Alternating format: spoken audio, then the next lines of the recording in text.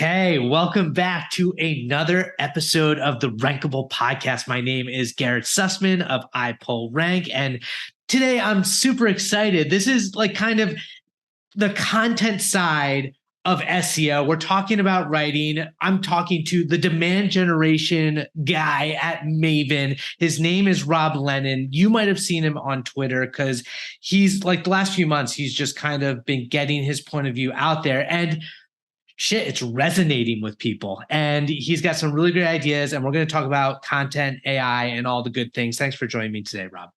Thanks so much, Garrett. So before we even dive in, you have a funny story. You have lots of funny stories, but one thing that stood out to me about that I've seen you mention on Twitter and you shared with me is that you apparently have almost died 8 times, including something involving a porpoise. What? Yeah.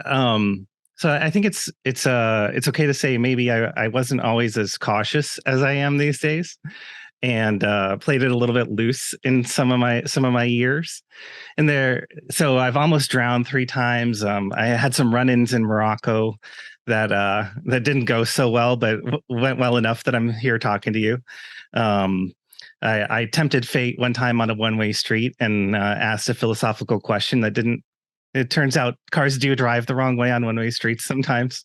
I can tell you that story another time. But the porpoise, I was at this kind of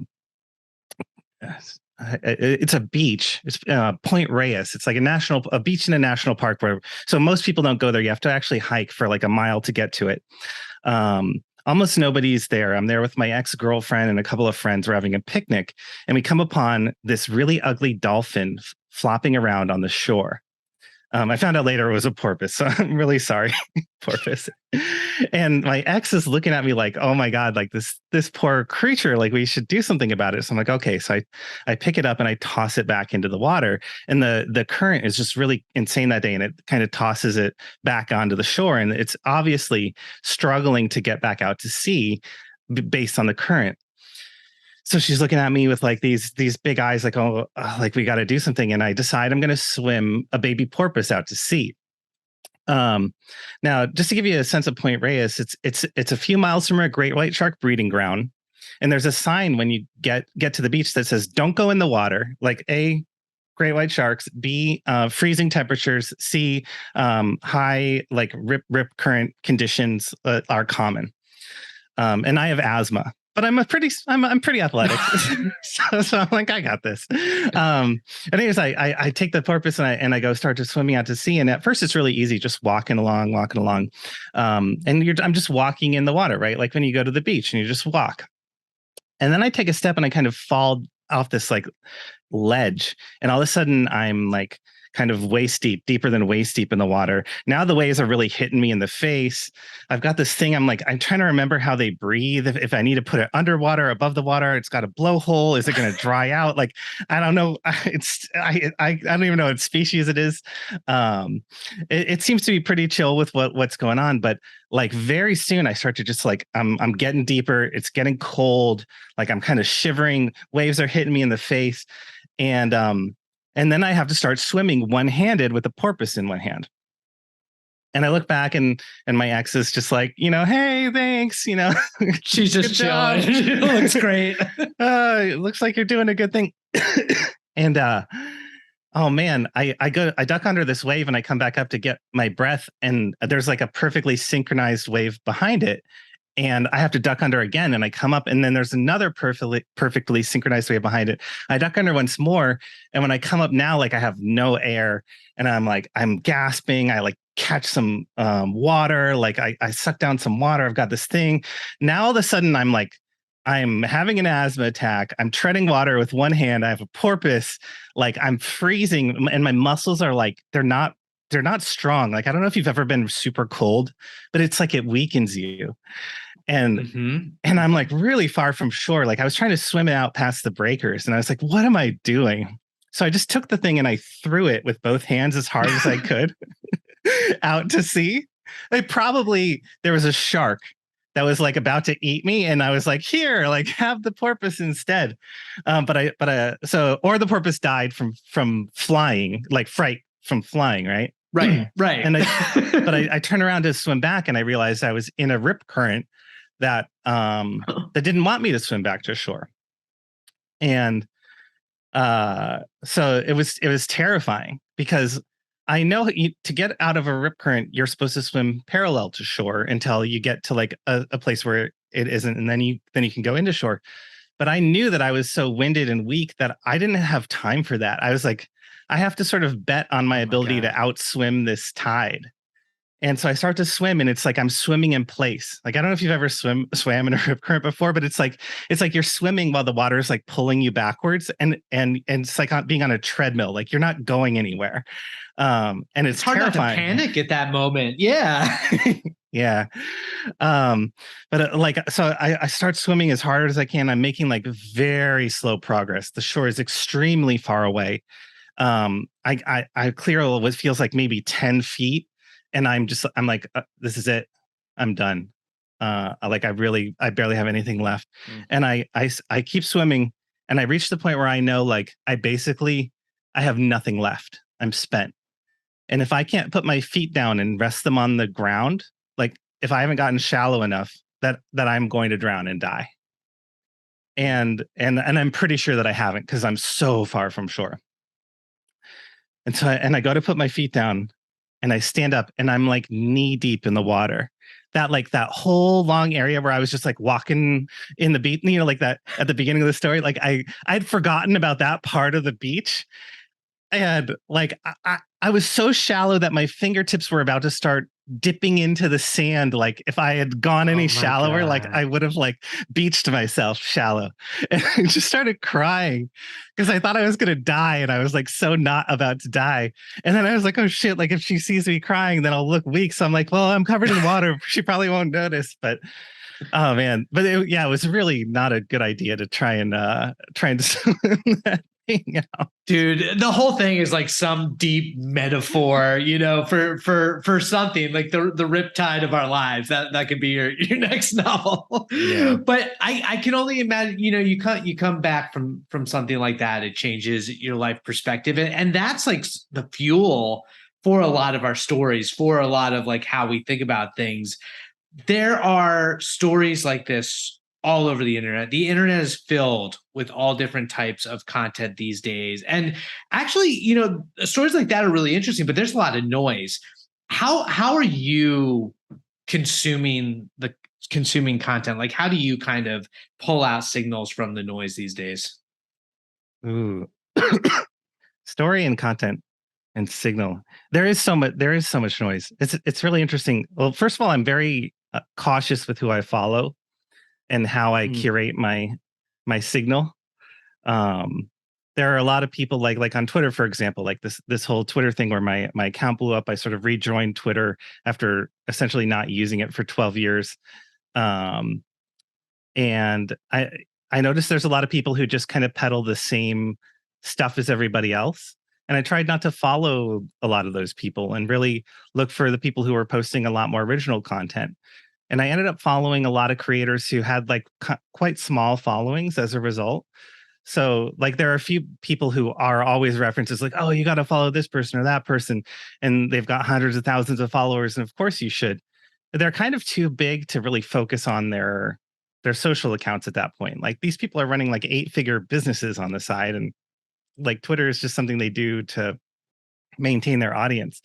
And so I started following like accounts with 5,000 followers or 1,000 followers that were posting really interesting content, people who were really hustling and really trying to put in the work.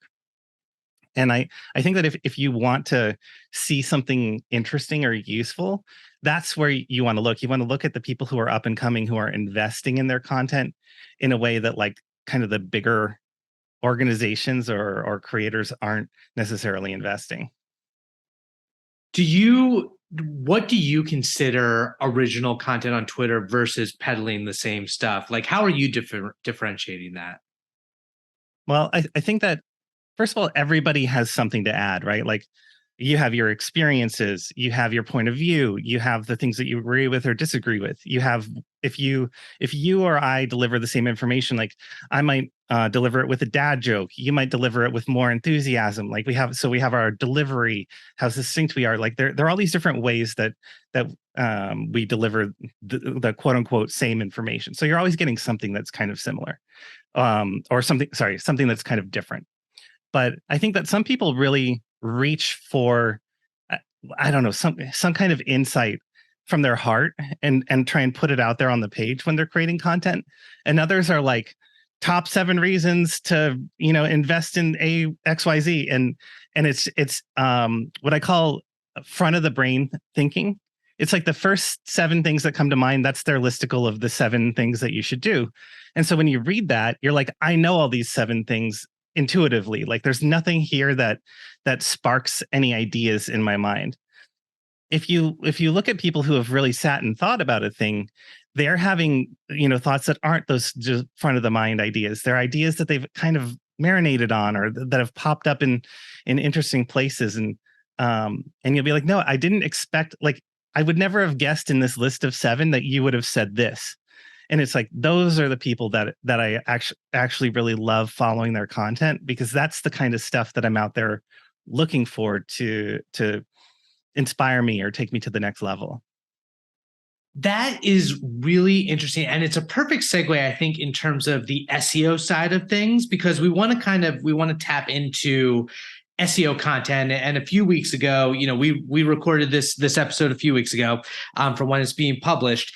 And there was the helpful content update that was rolled out to Google, and it's trying to address this problem of a lot of similar copycat content that's not actually helpful. And it almost makes me think of what you're saying about the front brain 7 things. It's like, if you search for something on Google, a lot of times you'll see those 7 obvious answers.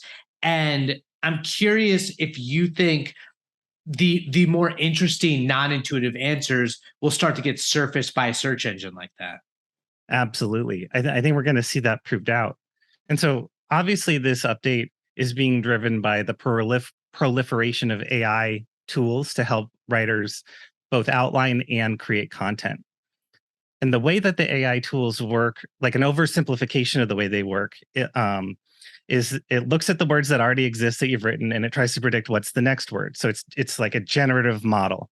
What's the next word? What's the next word? What's the most likely thing to say after this word?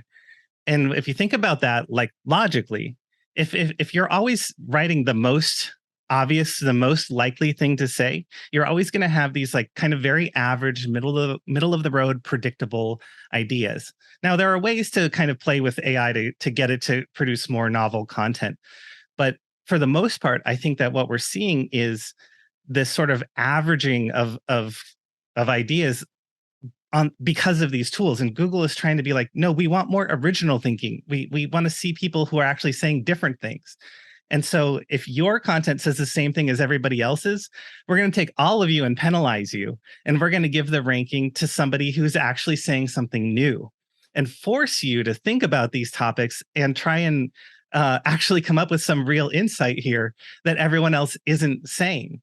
And I think that we're going to see this not just on the individual like page level, but also as a topic, like for an entire topic that a site would cover.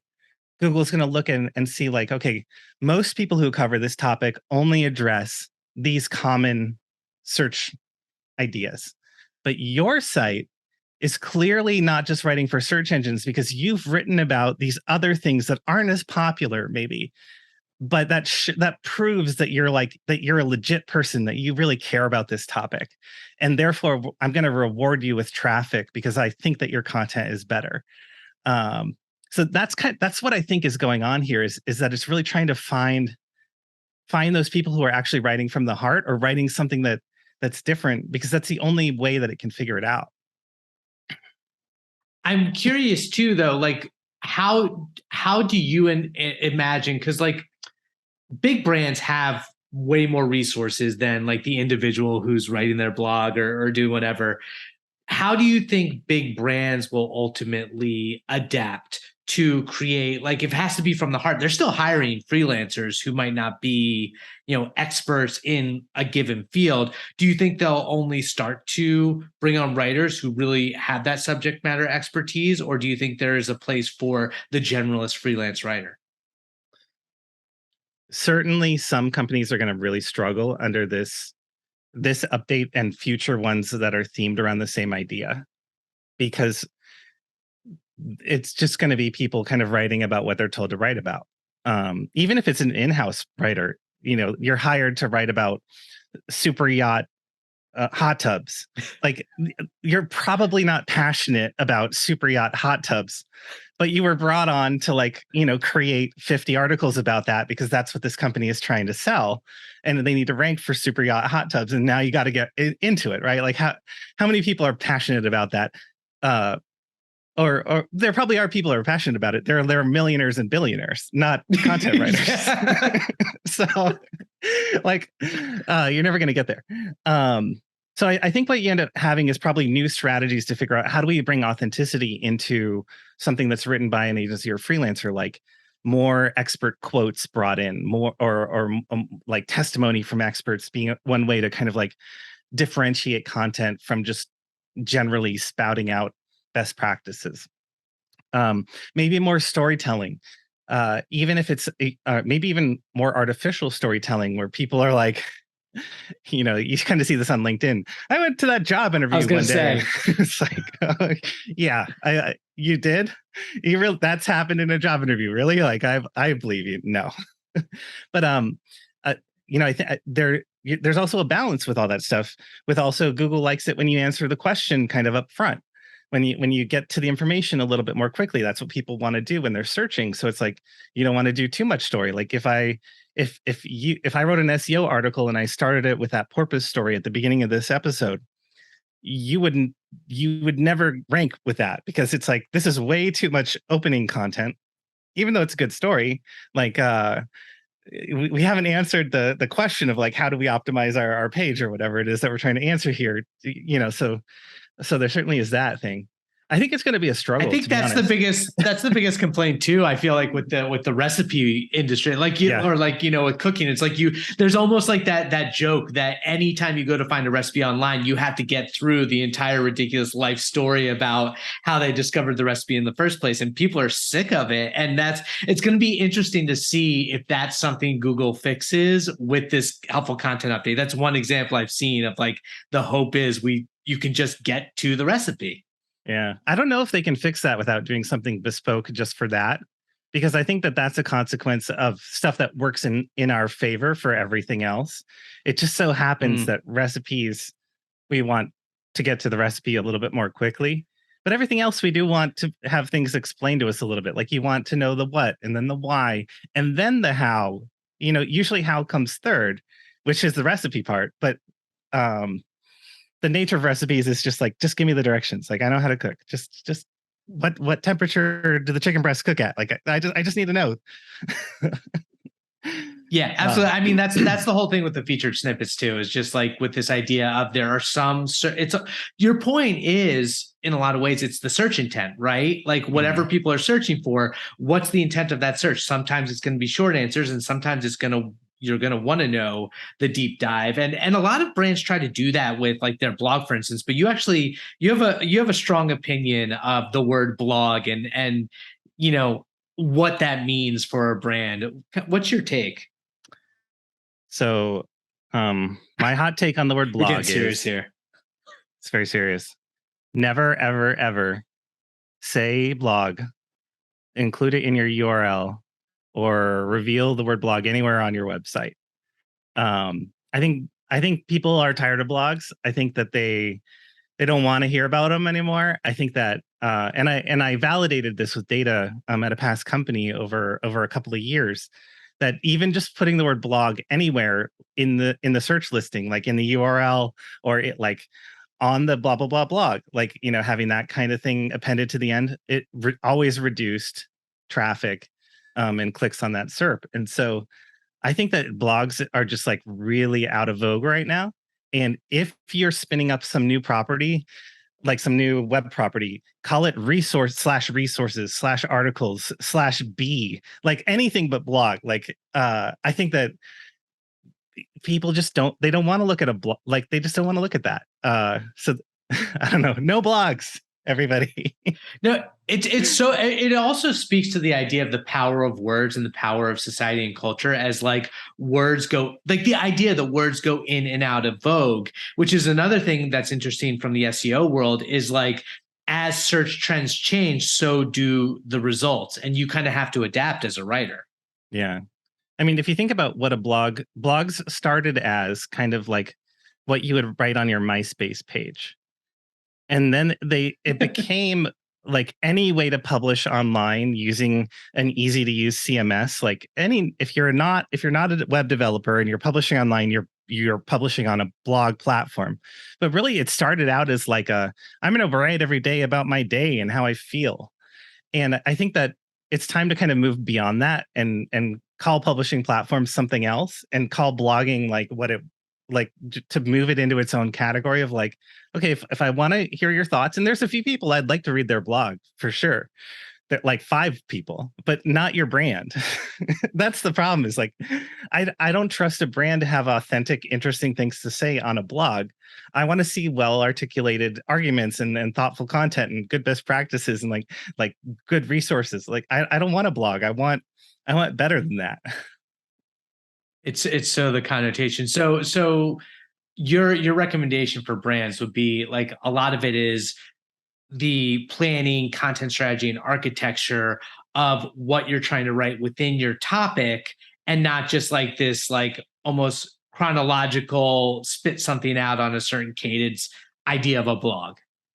Oh, yeah, let's get into that a little bit. So this we're actually getting into one of my um like I've taken over Google page 1 at multiple companies. And one of the ways that I do this is through this idea. I call them topic constellations. It's because my brain works in this nonlinear way. But if you picture your major posts as like kind of the hearts of these constellations that have all these links, internal links going to them. And then the less important pages kind of being the outskirts stars. And then occasionally these big anchor pieces like linking to each other. You can kind of see like in your mind, you can picture these constellations. I think that that's how everybody should design the information architecture for their site. And the reason is because I've sort of seen how machine learning looks at topics. And this is a visualization of how the robots interpret your site as well. So if you want a site to believe that you are an authority on a topic, it's looking for specific chunks of information and certain like levels of detail about those chunks.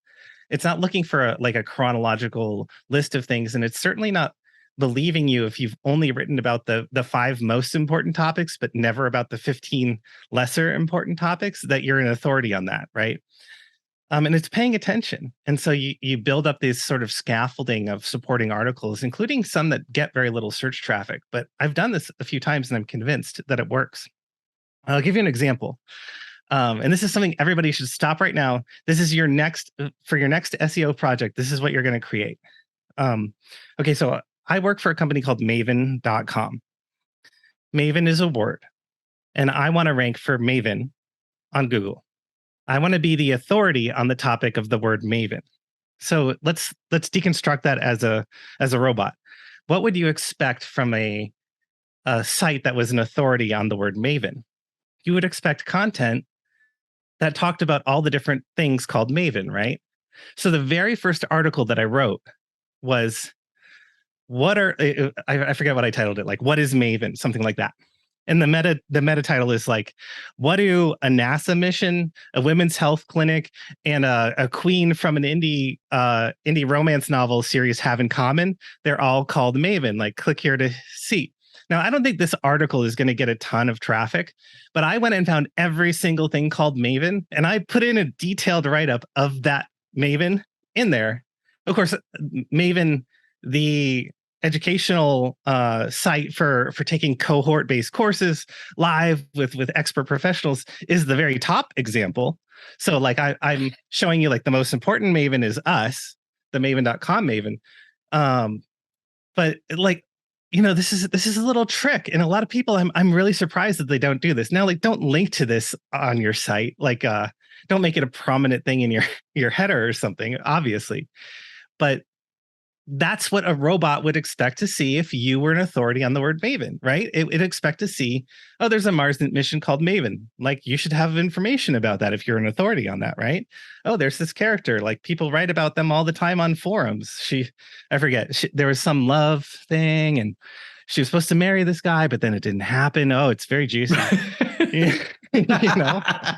It's fascinating. I mean, the whole idea, and that's, the direction that I agree with you that Google is going in with this whole idea of entity SEO as Google develops its knowledge graph and really understands things, entities more effectively than being able to just kind of own that and be like, yes, we understand that there's 16 different brands and 5 different definitions for Maven. And it was mentioned at this event back in 2016, like kind of owning that and saying, yes, like that's what you're looking for. Let me help you almost figure out which Maven that you're looking to find, but like kind of prioritizing yourself and making your own version of the word the most prominent. Because it's funny. I feel like that happens so often where whether it's a brand name that's fighting for other brands or you're fighting against just a definition,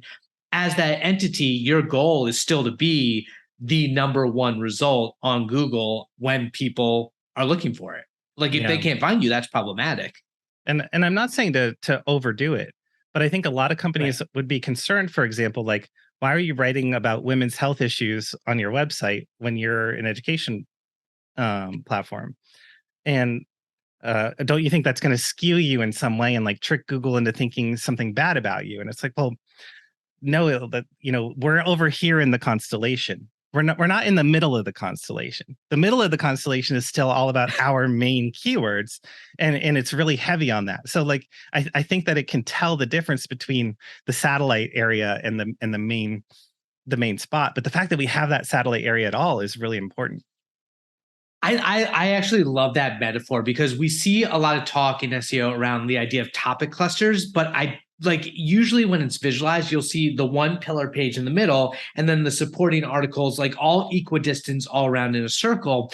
And I feel like the constellation does a better visualization because every subtopic for that main like core topic and those main keywords they have different weights to them, different nuances, different values of importance. And so almost like the constellation, they're not all going to be uniform around that center core entity. They're going to be at different points, and it's going to be imperfect even if we're trying to build and tie these relationships together. Rob, I think this is fascinating stuff.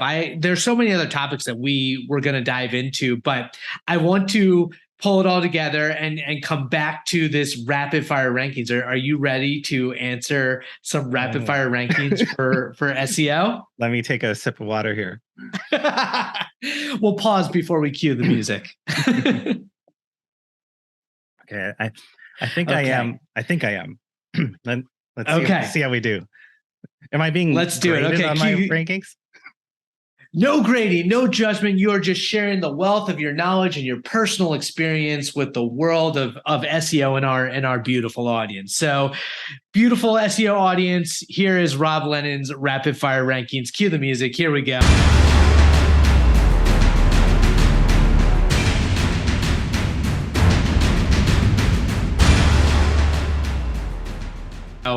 Okay, Rob. Rank your top 3 of something you love. It could be a reverent personal hobby TV show, your top 3 of anything.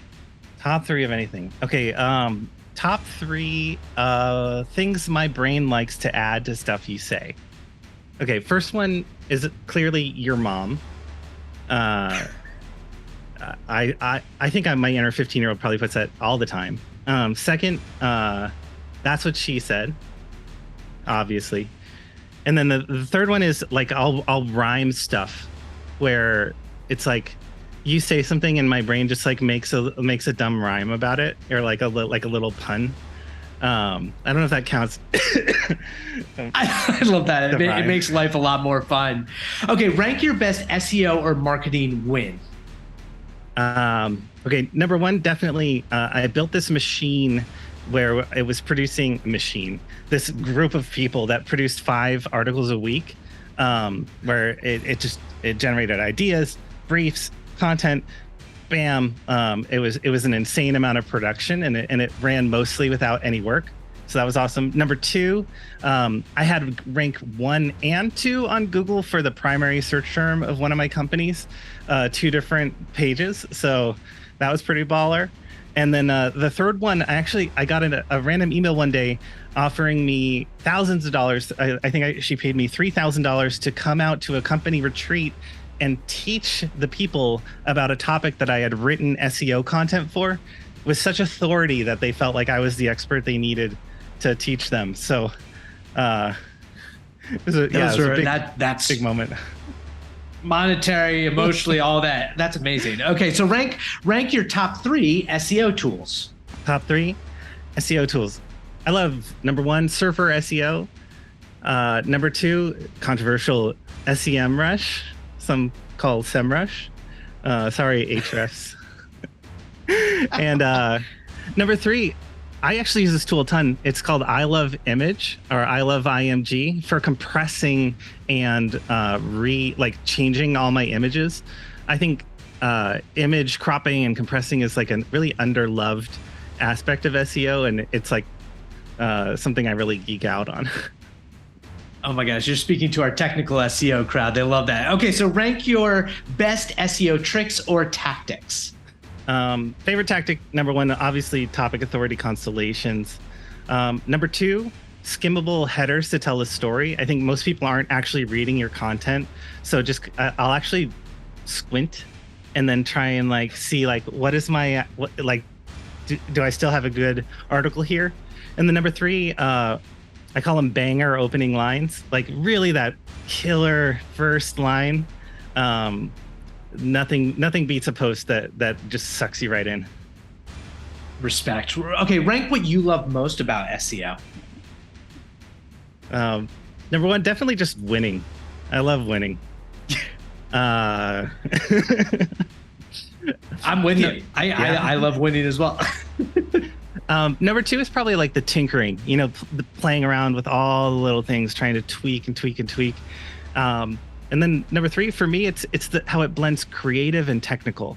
Like I'm a little bit of both, and I love that I get to flex both sides of the brain at the same time. Exactly. There's a lot of data in SEO. Rank your best learning SEO resource. Oh, I don't think I can, to be honest. That's like when I set out to learn SEO, I Googled around. I looked at a bunch of accounts on social. I think I learned from probably 1,000 different people over 15 years. Random YouTube videos of people I could never identify again. I probably have core amazing skills from people, and I have no idea who taught me that. Right? Yes. And a lot we teach ourselves too, just from experimentation. Rank the top 1 to 3 SEO or marketers that you most look up to. Yeah, kind of similar thing. On the SEO side, I don't know if I look up to anybody in particular. I learned a ton from Neil Patel back in the day. I know there's some controversy around where he's sourcing his content these days. Now I increasingly look up to entrepreneurs like Justin Welsh, Sean Purry. You can find these guys on Twitter and other places who maybe they had some corporate job or some startup job, and then they went on to create their own thing. And I love watching people go out and kind of build something. It's very inspiring to me. Yeah, build in public, and those guys are doing a lot of modern marketing, really leveraging social effectively. And finally, rank your number 1 cause or charity that you want to promote. Yeah, so World Central Kitchen is a organization that's feeding Ukrainian refugees. Not to get political, but there are a lot of people, no matter how you feel about that conflict, who are displaced and just really as a person who has members of a family, who has gone hungry, you know, at times in my life, I think that having access to hot meals is such an important thing. So World Central Kitchen is my cause. So, and there's a link in the show notes to that. That's an awesome cause. And yeah, to your point, like people shouldn't, you know, suffer for somebody else's like political whatever. But yeah, Rob, I'm so happy that I got to chat with you about this. For those of you who don't know, I mean, Rob is killing it on Twitter. He's a great follow. I probably stole your thunder, but where is the best way, Rob, to find you online if people want to get in touch? Yeah, so definitely follow me on Twitter. Went from 0 to 10,000 followers in 41 days. I'm at the time of this recording at about 28,000 followers a couple months later. It's at that Rob Lennon. There's probably a link somewhere around here. You can also find me at maven.com where I run demand generation. And hopefully in the next few months, I'll be actually teaching a course on writing there with a friend of mine. So Maven is a place where you can find live interactive cohort-based courses taught by some of the most interesting and skilled people in the industry. We've got New York Times bestsellers, execs that used to work at Meta and Google and all sorts of cool companies, just like a lot of really amazing people who you normally wouldn't have access to, like them, like myself. It's a place to come, find a new way to learn. No, it's awesome. I was looking at the course. I didn't realize I got blown away when I saw like Annie Duke on there, she does a thing all about decision making in a course. And I was just like, because she is a expert poker player who I've watched like, you know, World Series of Poker all these years. I was like, holy crap. I might have to sign up for that course. Rob, thank you so much for joining me today and kind of sharing your opinions on SEO, AI, topic constellations. This has been awesome. Thank you. Thank you. Super fun. Awesome. My name is Garrett Sussman of iPullRank. This has been the Rankable Podcast. We will catch you next week. You all have a good one.